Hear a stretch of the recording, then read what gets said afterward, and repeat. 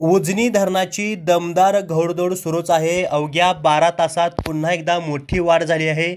नमस्कार, महाराष्ट्र माझा न्यूजमध्ये आपलं सर्वांचं स्वागत आहे. उजनी धरणातून पुन्हा एकदा आनंदाची बातमी आपल्या समोर येत आहे. पश्चिम घाटात झालेल्या दमदार पावसाचा परिणाम आता उजनी धरणावर आपल्याला स्पष्टपणे दिसत असून धरणातील पाणीसाठा वेगाने वाढत आहे. 9 जुलै 2026 रोजी सायंकाळी 6 वाजेपर्यंतच्या आकडेवारीनुसार उजनी धरणाची पाणी पातळी 493.590 मीटर इतकी झाली आहे. तर धरणातील एकूण पाणीसाठा 83.79 TMC वरती पोहोचला असून उपयुक्त पाणीसाठा 20.13 TMC म्हणजेच 37.57% इतका झाला आहे. सर्वात महत्त्वाची बाब म्हणजे आज सकाळी धरणातील उपयुक्त पाणीसाठा 14.6 TMC होता.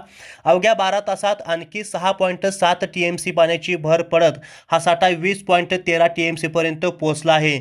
ही वाढ उजनी धरण वेगाने भरत असल्याचे स्पष्ट संकेत देत आहे. दौंड बंधाऱ्यावरून सध्याला 56,760 क्युसेक्स वेगाने भीमा नदीतून पाण्याची आवक सुरूच आहे. सकाळच्या तुलनेत आवक कमी झाली असली तरी धरणाची पाणीसाठ्यात वाढ सुरू आहे. विशेष म्हणजे काही दिवसापूर्वी मायनस उपयुक्त साठ्यात असलेले उजनी धरण आता 37.56% इतके लाईव्ह स्टेजपर्यंत पोहोचले आहे.